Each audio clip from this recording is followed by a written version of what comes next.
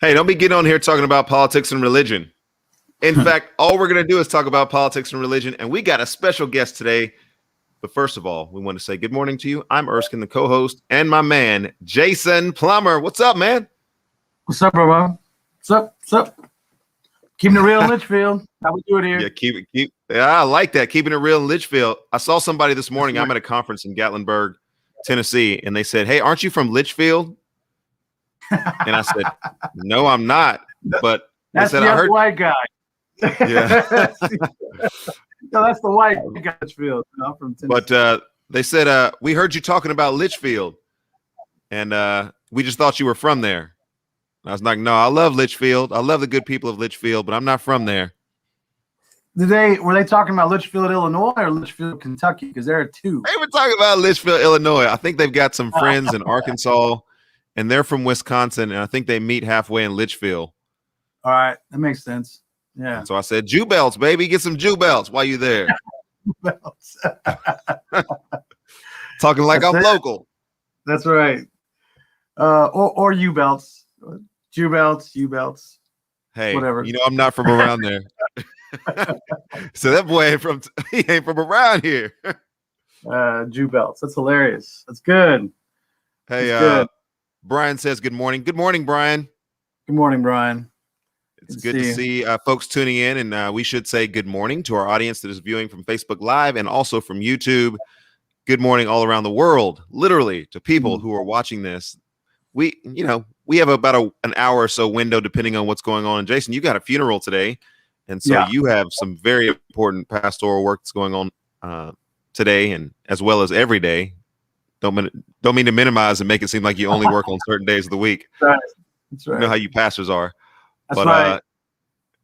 So excited to have you back on the show, and we have a special guest today. We're going to be talking about workplace witness. And what does it mean to know your job and to do your job well? But before we do that, where are my Baylor Bear shorts at? Yeah. It wasn't even a contest. What you think about that? Baylor just handed it down. I was already kind of, disappointed that UCLA didn't make it. That was I think one of the reasons why I think God gives us sports is the only way sometimes that we can feel the intensity of what maybe glory feels like, or this little smidgen of amazing happens when a guy nails a somewhat of a half-court shot in the last second to win the game for Gonzaga. I cannot remember his name. It's killing me. And all of a sudden, we're all just standing on our feet, completely enthralled with this amazing thing that just happened to us, right? And I watched that shot several times. I watched the intensity. I watched all that.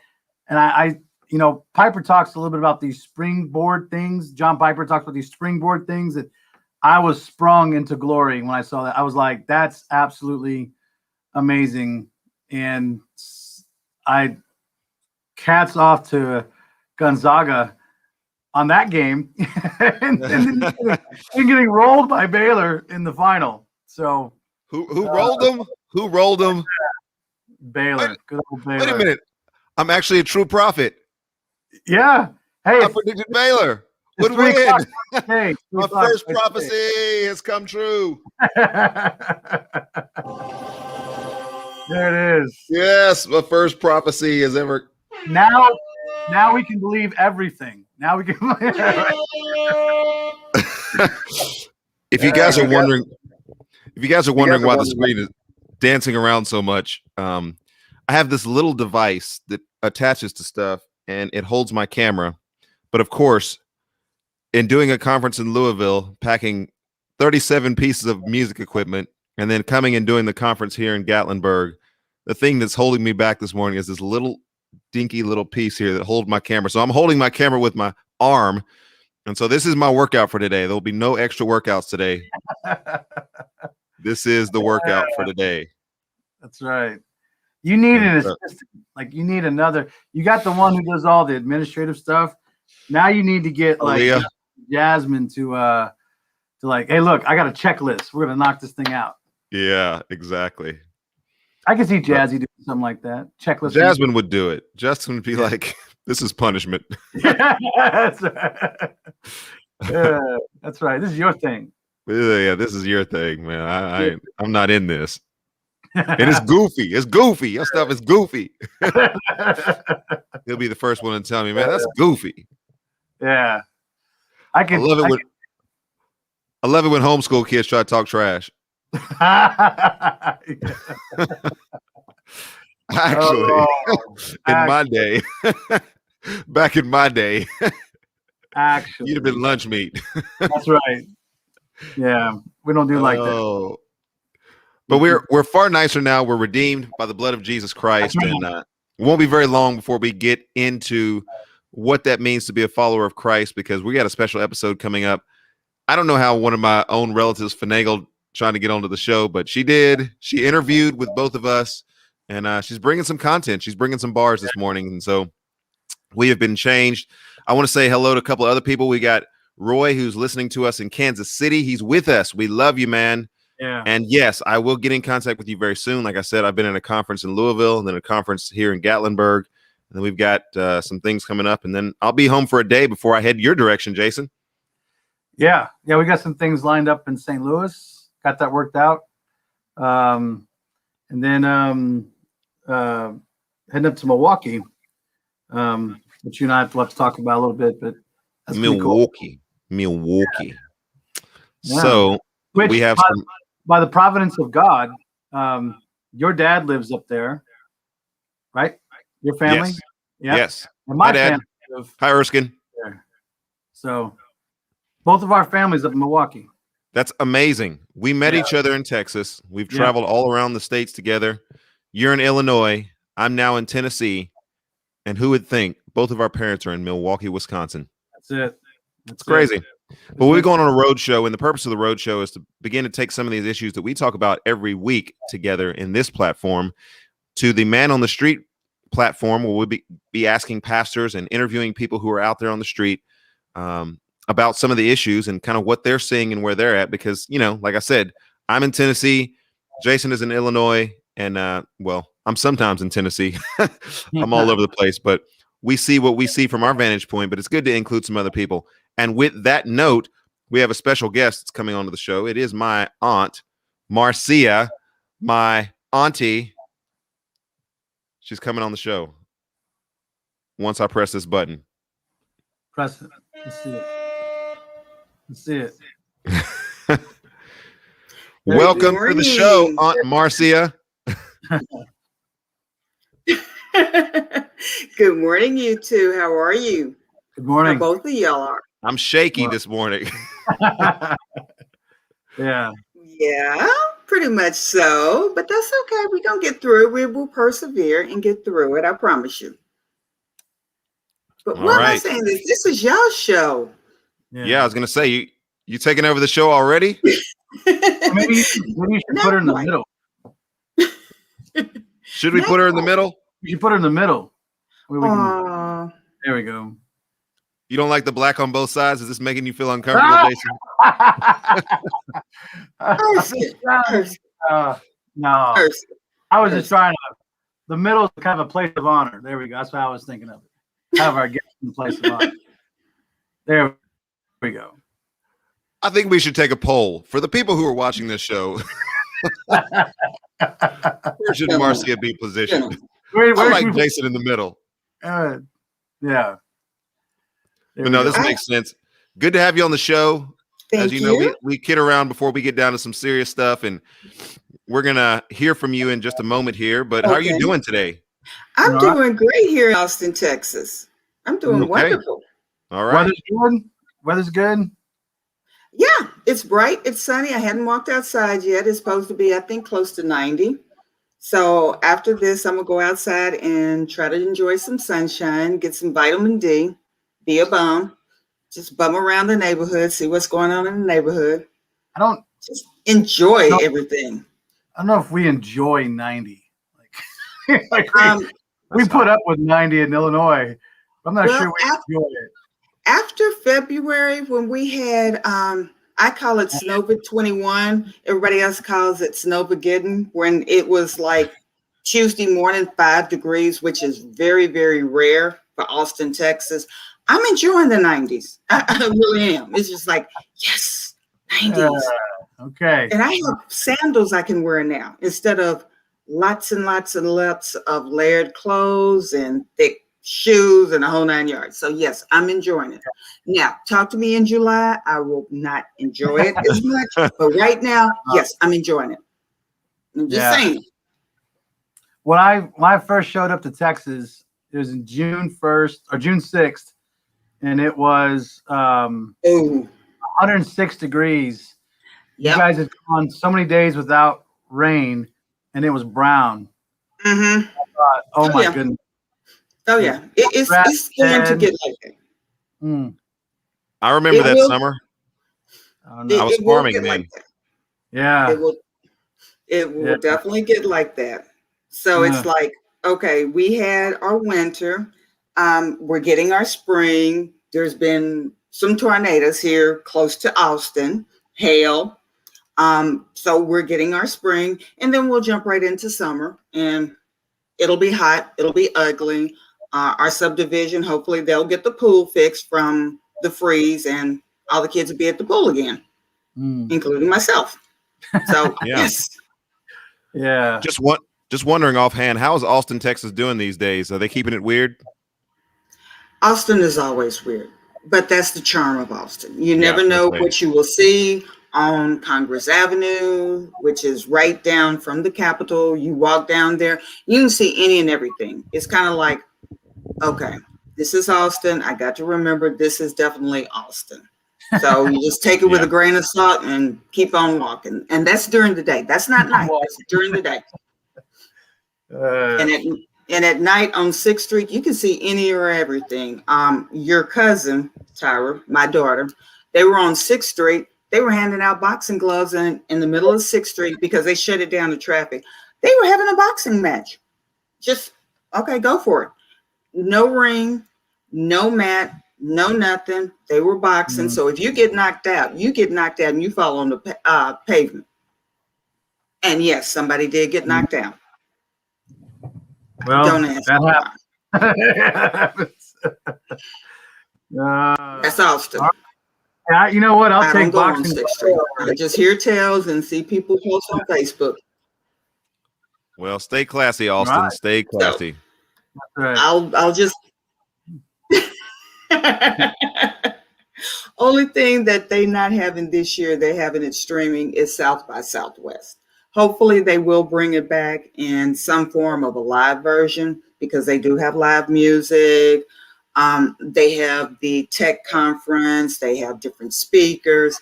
So that's the only thing that is missing. You're missing that. I think Texas Relays, I don't know if they're having that or not. That's the big track and field event at UT. And that's always good. But, that'd be cool Texas. Yeah, it is. It's really, really good. But Texas is slowly getting back. People are getting their vaccinations, and the COVID rate is slowly dropping. So hopefully we'll get to a new normal. We can't say back to the old ways, because it's not going back. It's just a new normal. Yeah. Where, you do what you're supposed to do, the social distancing, you wear the mask, get the vaccination. And hopefully we'll get to a new normal where Zilker Park, that's a big, huge park by Lady Bird Lake, will be filled, and people will be out there, and people will be walking the trails and all this other good stuff. So, that's the good thing about it. But, I'm waiting. And have you got vaccinated? Have you got your vaccination yet? I haven't. I've not gotten it. Neither has my wife. My in-laws have gotten it, and my mom and dad have gotten it. So okay, we'll have to wait on our turn to get there. Okay. So, my arm is dead. My arm is dead. I got to put that camera down. Oh, man. Oh, what do I have over my shoulder here? Baylor Bears. That's what's up. Okay, get that out of here. We got to talk about some stuff here. We got limited time today. Okay. Okay. So you have a title that is as long as Anavitarte. Yes. And what is your title and who are you? Who am I? I am senior mediator, senior housing and employment mediator with the Texas Workforce Commission Civil Rights Division. My actual job is a wide variety of different things. My main job is I mediate employment and housing discrimination cases for the state of Texas.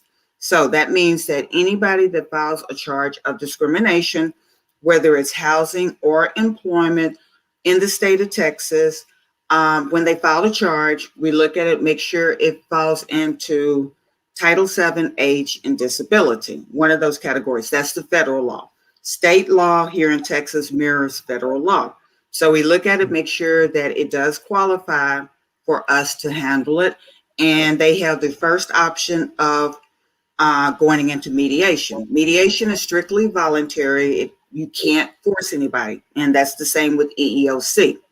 So if both parties agree to mediate, then we schedule a mediation. Our mediations are usually 4 hours long, and we can either do it telephonic or we don't use Zoom for the state of Texas. We use Microsoft Teams, which is on the same lines as Zoom.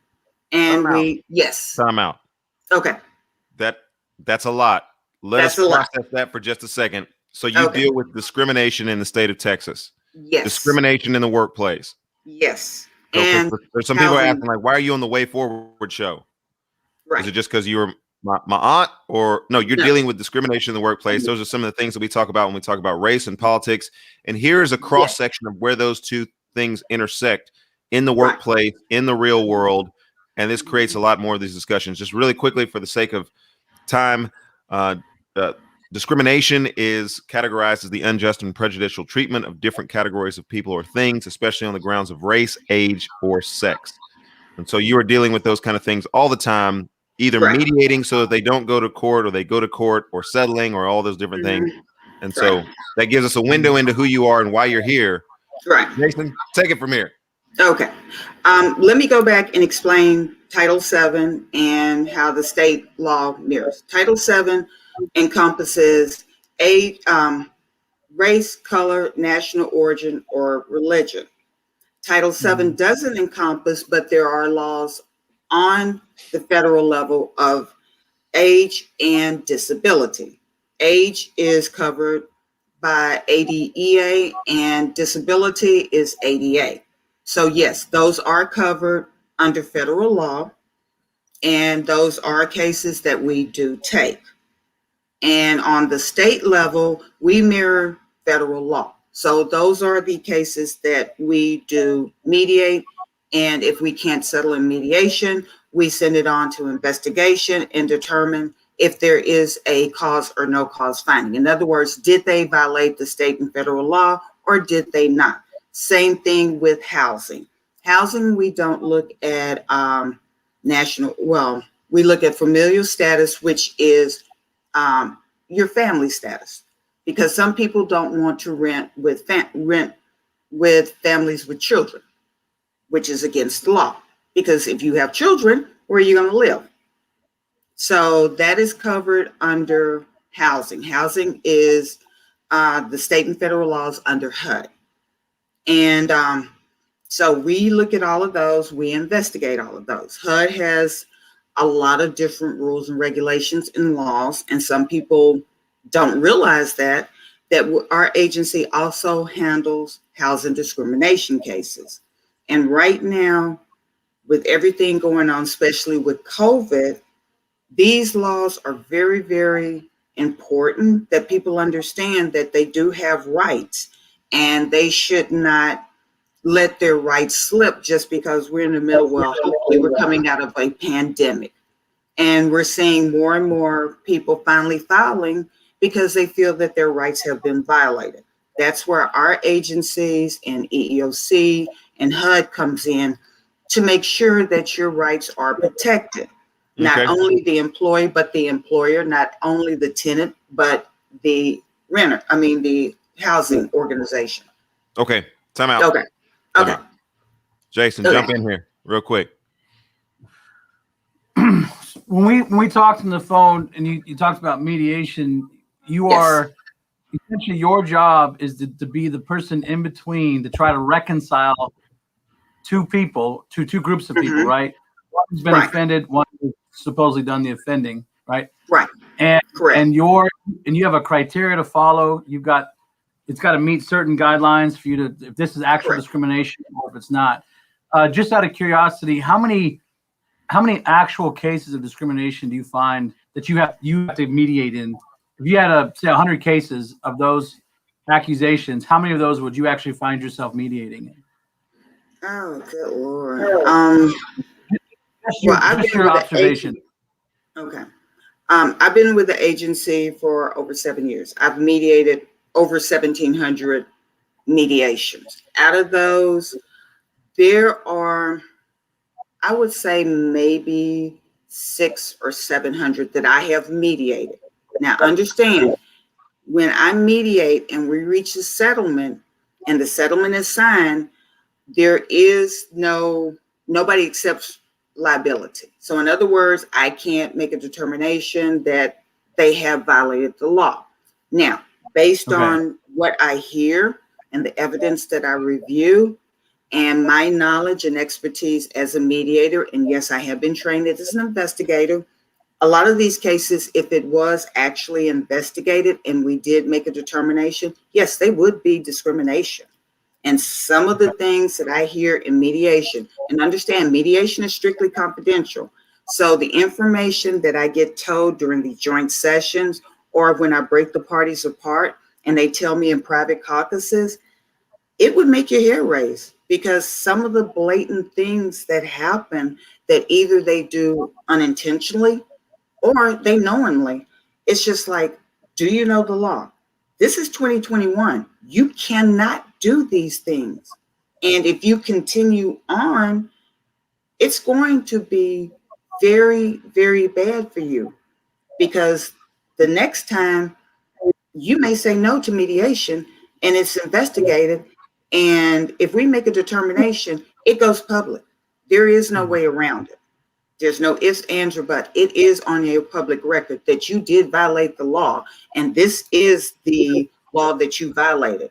Now, in mediation, if we do reach a resolution and I feel that you have violated the law, one of the things that's a non-negotiable is you will get training, because obviously you don't understand, you're not willing to understand, and you will receive training from TWC. And our training is very rigorous. It's very intense. And when you walk out, you'll understand what the law is and what you violated. Can I jump in for just a second? And I suggest strongly, don't do it again. Yes. Can I jump in for a second? Because I'm used to jumping in and interrupting you, because that's kind of how our family conversation goes. But, you know, we're dealing with sort of a culture. You know, Jason and I talk a lot about critical race theory and some of the things that are going on from an academic standpoint that are kind of filtering into culture. Is there, and I don't know how you would answer this, but maybe Jason, you jump in on this as well, but is there sort of a changing of the goalposts to what discrimination is and what discrimination was and how we are identifying certain things? There seems to be a hypersensitivity, a hypervigilance to this whole idea of what discrimination is, and maybe things that weren't necessarily discrimination before now are all of a sudden heightened, and you know, just sort of maybe not from the standpoint of just awareness, but from the standpoint of now we're calling everything discrimination. Somebody looked at me, oh, that's discrimination. Somebody talked to me, oh, that's sexual discrimination. Are you finding that over the years that you've been doing this, like you said, the 17 years, that there's a shifting of and a transition of forms of discrimination? Are we seeing an increase because the goalposts have changed, or is it more of a societal thing? What do we say? I want to add to that. Okay, Marcia, go ahead. Okay, I want you to answer the question, but one of the things that Erskine is bringing up that I think, if I'm going to speak from, say, a culturally white community, all right, I would say that there is what you're talking about in workplace discrimination, the criteria that you have for law, what you have to follow to decide what discrimination is, right, according to the law, versus what is put out on media or what we observe culturally. I think there are really some discrepancies there, because one of the things I was struck by with our conversation was just how you said there are things you have to follow, and if it doesn't meet this certain criteria, you yourself have to say this isn't discrimination. But Right. that's really discussed or talked about culturally, so that we're left with this idea of what Erskine's saying: are the goalposts moving, or does the culture define what discrimination is, or is there a more legitimate understanding, which is, I think, a workplace where you have to listen to what the law says discrimination is. So I'm curious if you're right there. Did you understand where I'm coming from? Like the difference between what says discrimination is versus what your job, like your law says it is. Maybe you can speak to that. Right. What you're asking me, does culture dictate law, or is the law is the law is the law? That's now, yes. Good. Okay. Yeah. Answer the question. Right. In the workplace, understand culture is gonna come into play. That's no way around it, because everybody has a life outside of work. But when you come into work, there's certain rules and regulations you must adhere to. Your beliefs are your beliefs, but when you come into the workplace, you have to tap down those beliefs, and tap down your actions and your attitudes. And if you don't understand, look at your employee manual, because it clearly shows what the company expects from you, your actions, your attitudes, and everything else. Now, when you leave work, that's your business. But when you come into work, you have to do certain things. Now, with all that being said, there's certain things that are coming into play that are being recognized that really is discrimination, like microaggressions. For example, like with a woman, if I get assertive, some people assume that I'm an angry Black woman. No, I'm asserting certain things, or I'm confident, or hair. Certain people say dreadlocks, they look nasty, they look dirty, and it's really not. So that's not Sometimes, really. as a dreadlock man, sometimes they Yeah. are though. Yeah, but The process of putting the egg yolk and everything in your hair. Sometimes they're dirty. They're nasty. Right. Come on Right. now. But for overall in the workplace, can you say that as a blanket statement? Are they nasty, dirty, or you ban a certain hairstyle? No, because then it's like, okay, certain hairstyles are tied to certain races. Then you're looking at discrimination. Now, another thing that's culture, and is it discrimination? Politics. That's always a hot button subject. Can you talk about politics in the workplace? Yes, you do have the right, but you also have to be aware of what other people are going to say and how sensitive they are. Can they go complain to HR? Yes, then it's up to HR to go, maybe you want to watch your surroundings because other people are sensitive. Is it against the law? No, because you do have that right to talk about it. Now, when you start saying things that could cross the line, that then trans into you're violating certain people's rights, then it becomes discrimination. Now, you can have your opinion about politics. According to your job, like where's that line? If me saying I disagree with progressive liberalism, so to speak, right? Let's say I'm a conservative and I say I don't buy into progressive liberalism. So if a progressive hears that, then they automatically have the right to assume that I'm anti-gay, I'm anti-race, I'm anti-something, or do I have to clearly state something derogatory towards a particular group? Like, I'm just curious, where is that line drawn in your estimation in the workplace? Because this is going to turn into our religious discussion in a second, right? Where Christians or anybody with religious convictions inside the workplace. Now, you can have your opinions, you can have your beliefs. That's fine. That is not wrong. That is your right. Now, when you act upon those rights and you start treating certain groups a different way because of your beliefs, then it becomes discrimination. Now, you believe what you want to believe. So if I push back, say for instance, I'm working on a schedule and this person's needing hours, right? But I know that they're progressively liberal, so I deny their hours and give hours to, say, somebody who's a little more along my list. That's discrimination, right?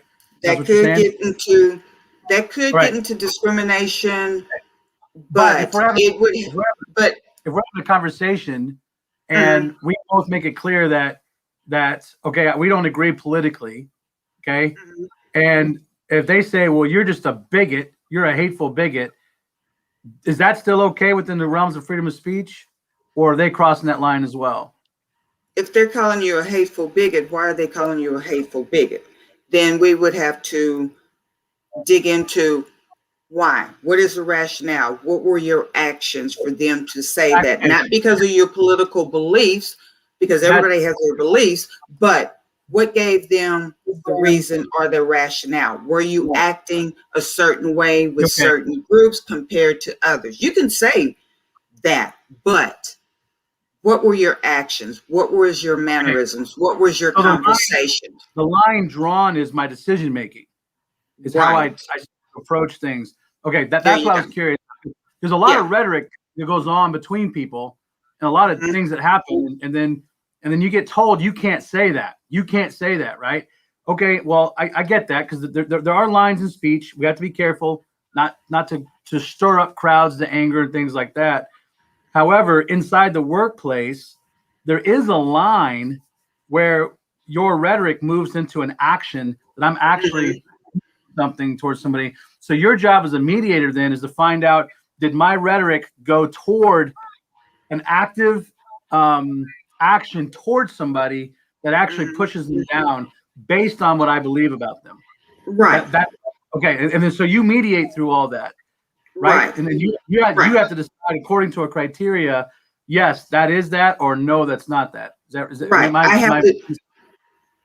have to dig deeper and say, okay, your gut tells you one thing, but I have to operate on documentation, proof, evidence, and the law. Tell me why you feel this way. What was his actions? What was his attitude? What did he say? Did he say something that gave you the indication that he's a bigot? Or just because you heard a conversation, he's talking about a certain thing, his political beliefs, but he's never acted on those political beliefs. Then so that's just a conversation. He has his beliefs, you have his beliefs. But if he didn't act on, right. So that's definitely a tighter line than the culture, right? Because the culture says if you say these things or you believe these things, you are guilty. But inside the law, the workplace, there is a tighter line that says, wait a minute, those words have to move to action. Right. Yeah, show me the proof. Show me the proof of that. Yeah. Though I may not agree with those words, as long as that person's not moving on them towards something, we can have a little room here to dialogue and talk. But once I move towards a deliberate action, we've got a problem. This is so interesting to me, because if you were just to pay attention to Fox News, CNN, or whatever, or just the culture, you would get this idea that even inside the workplace, especially with this idea of cancel culture, that, man, you step one little bit out of line and one idea of thought that's contrary to what the overall thinking is, whether it's conservative or liberal, you're out. You're out. You know what I'm saying? Because I would say that's a big percent, but you seem to be saying, well, no, wait a minute, there's a tighter line than that, and it's my job to figure out where this is and there's a law to follow. Right. Because you know what that tells me, Marcia. Hold on, you know what that tells me. I don't mean to interrupt you. Okay, you're gonna have to interrupt her. Well, no, I don't want to be disrespectful, but you know what that tells me is it gives me a lot of confidence in your job and why you're needed. Right. Because here's the thing, I may not like your politics, and in a mediation, sometimes gut tells me they may be this way. But if I don't have documentation, proof, evidence, that's just a gut feeling. I can't act upon a gut feeling. Yeah. I have to go with, what does the law say in this situation? And sometimes it's very hard for people to understand. But the law is the law is the law. And if I don't have that documentation, it is. It really is. But I have to do that because that's the law. You have both. You have, say, for instance, if you're dealing with race, you might have the black community on one hand, and you got the man on the other, and you've got to try to mediate between these two people. And it has like happened. You might not win on either one, right? It has happened numerous times. Ministry. I'll give you a story. I've had situations where one particular case, this individual said that she was being discriminated against because of her race and gender. Okay, that's fine. That does happen. Listening to the case, there started some red flags popping up. Okay, first of all, discrimination does happen.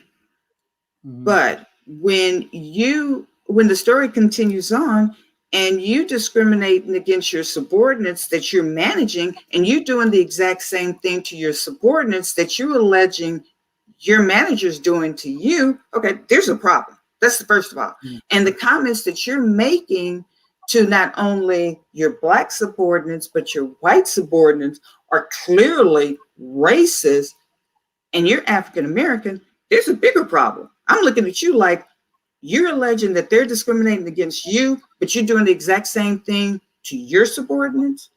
Mm-hmm. And then on top of that, her manager was African American. And some of the things that he was saying to her, she was twisting. It wasn't racist. It wasn't discriminatory. Like, if I put you back on your team, you're going to have to work harder. She took it as, because I'm a black female, I'm going to have to work twice as hard to prove it. No, he was saying, if I put you back on that team, you're going to have to work twice as hard to gain their trust because they don't trust you. That's what he said, but she twisted the words. Trying to use the black card too much. She heard one thing because she's so determined to prove her case, and in reality, that's not what he said. So I'm here to decipher and decode the words and say, look, that's not what was going on. That's not what was said. Here's the problem. You were doing the same thing that you alleged was being done to you that you were doing to your subordinates. So here's a big problem. You can't do that and come in here squeaky clean. Your hands, just like you alleging their hands is muddy. So we got a problem here. Okay. NASA, we got a problem. Yeah, it's all coming full circle to me now. Yeah. Because you being one of my family members, you have the perfect personality to do this job, because sometimes you got to tell people, grow the heck up. And then sometimes you got to come alongside people. And so I know that our personality and our family is well equipped to give the hard edge and then sometimes even the soft edge. Yes. So yes, I get it. So sometimes you do Perfect have job to give that cold water dash of reality and say, look, let's be real. That's not what happened. Or they come in and under the law, a one-time isolated incident does not reach what they call the prima facie or the basic elements of discrimination. Now, for example, we're going back to race in the workplace. Somebody used the N-word. They go file a complaint and they feel like HR didn't do enough, so they file a charge of discrimination with us. We find out they said it one time and they got reprimanded. They wanted this person fired. Well, according to the law, a one-time isolated incident does not raise to the level of discrimination because it happened one time. Didn't happen before, didn't happen afterwards. It was just a one-time isolated incident. That's not discrimination.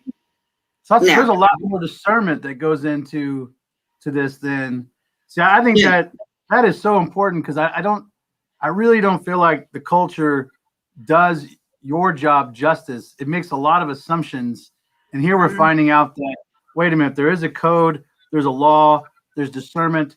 There are people who respect the law. There are people who are trying to really figure out, how do we make these two parts work together, and how do we make this a good solution for everybody. And I feel Right. like the culture we're living in is like, no, there are no solutions to this. It's just gonna be this one way. I don't mean to turn it this way, but I'm gonna have to leave in a few minutes. But I want to, Okay. if you don't mind, make the turn over to workplace witnessing, right? Because you said religion's inside of there, and I Yes. also want to make the point into, okay, the two questions I have is, Mm-hmm. what do we say to the church for those who are called to be on mission, which is every Christian, and says that, look, I need to share the gospel, I need to be a part of this gospel living, completing, that's my ethic. But at the same time, I've got to respect the workplace environment, the time and the Mm-hmm. place, and what's allowed, not allowed. So that's my first question. What would be your advice to that person? Second of all, what would be your advice to pastors? What would be your expectation of, say, your church pastors in dealing with what your job and what you do? Like, how does the church come alongside and help the mediation process? Not like the way you do it, because you're bound by laws and you're bound by a paycheck and you're bound by certain things.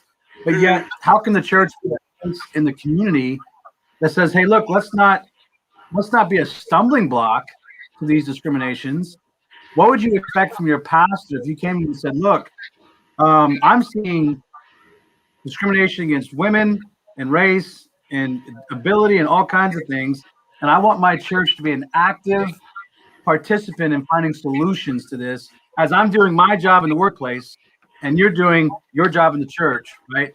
So those are my two questions. How does a Christian abide by the ethic to evangelize, yet still abide by,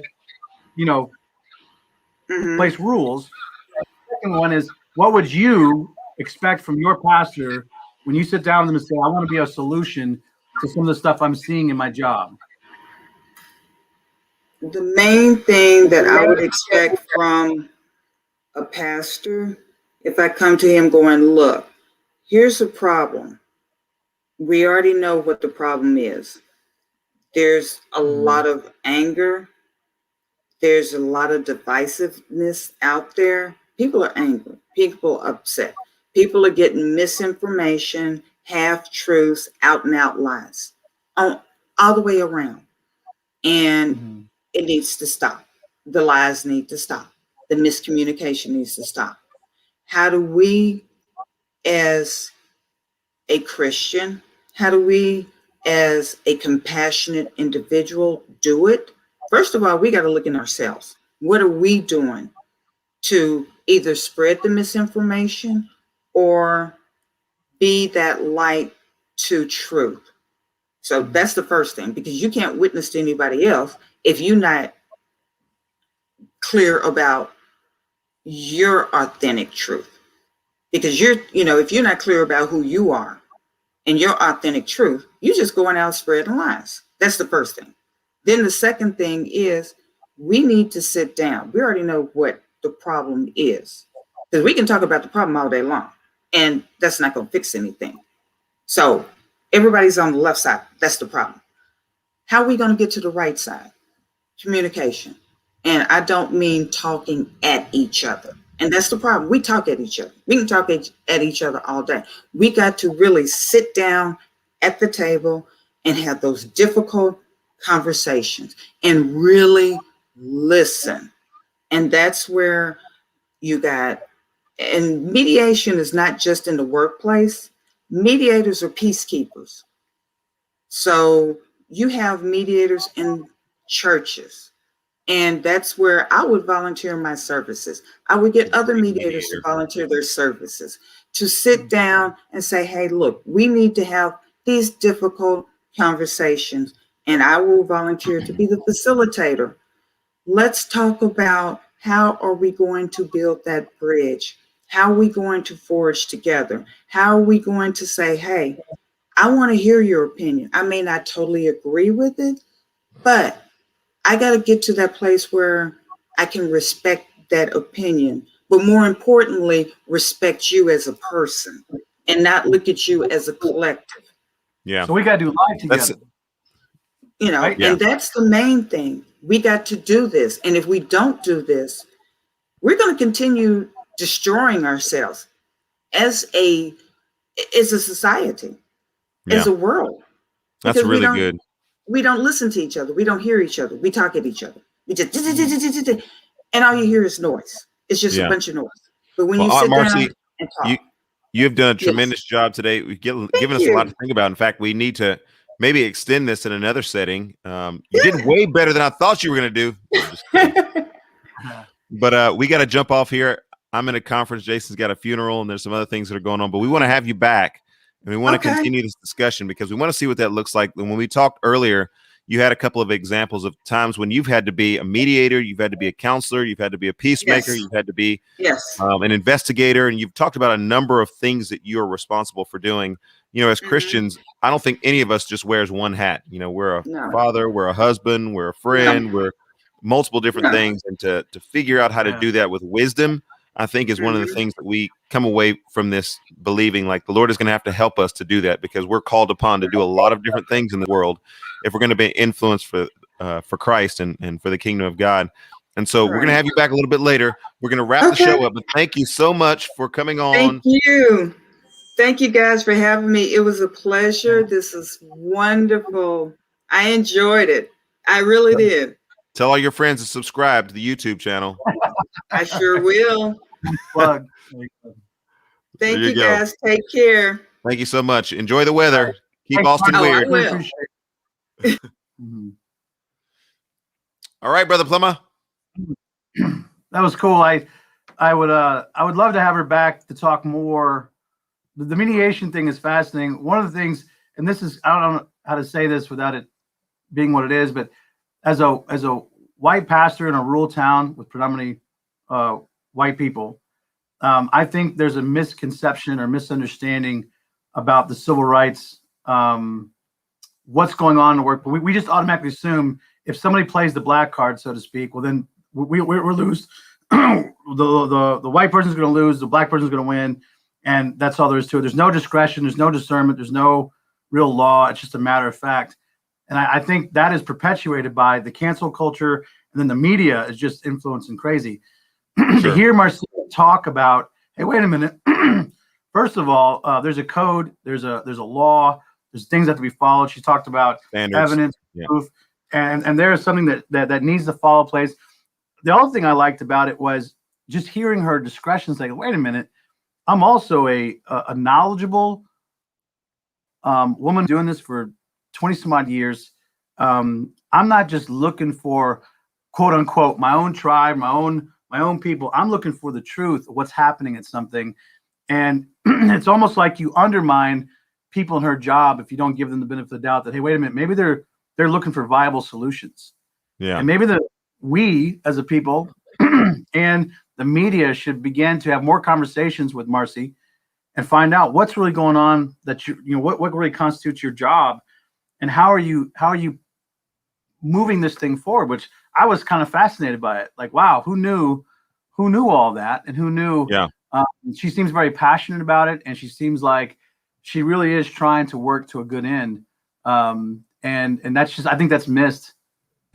And I wish people would have the opportunity to sit down with her and say, wait a minute, there's more to this. It's not just cut the way the culture cuts it. Right.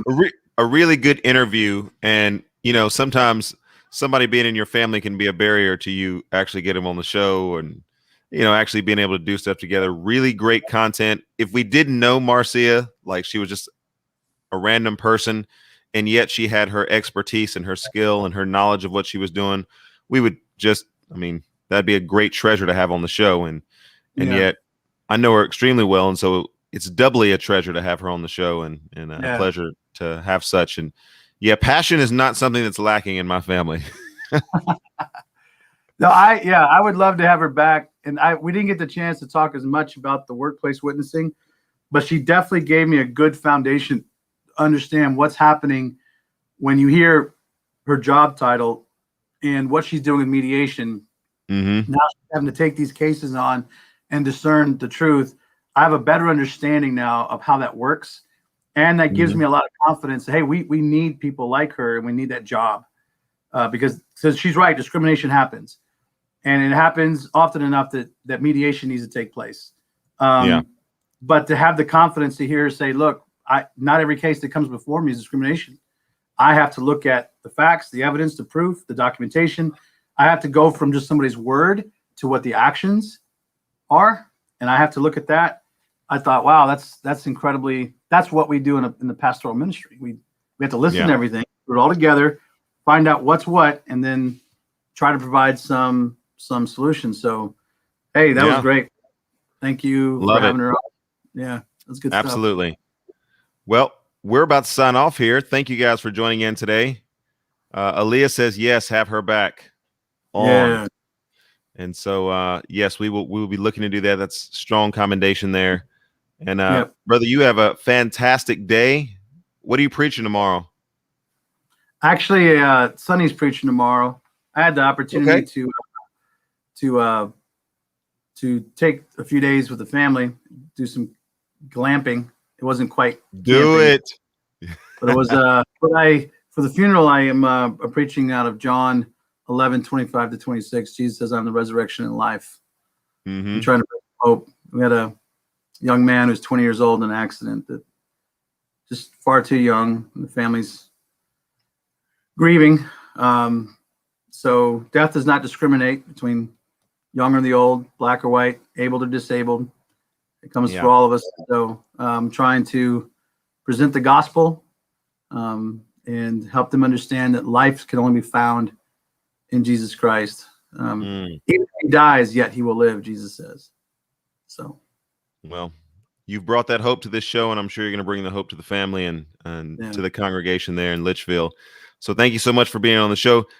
Hey, friends and family out there, thank you guys for your contributions to the show. Tuning in today for any portion of this, you can go back and watch the whole thing. You can watch the whole thing.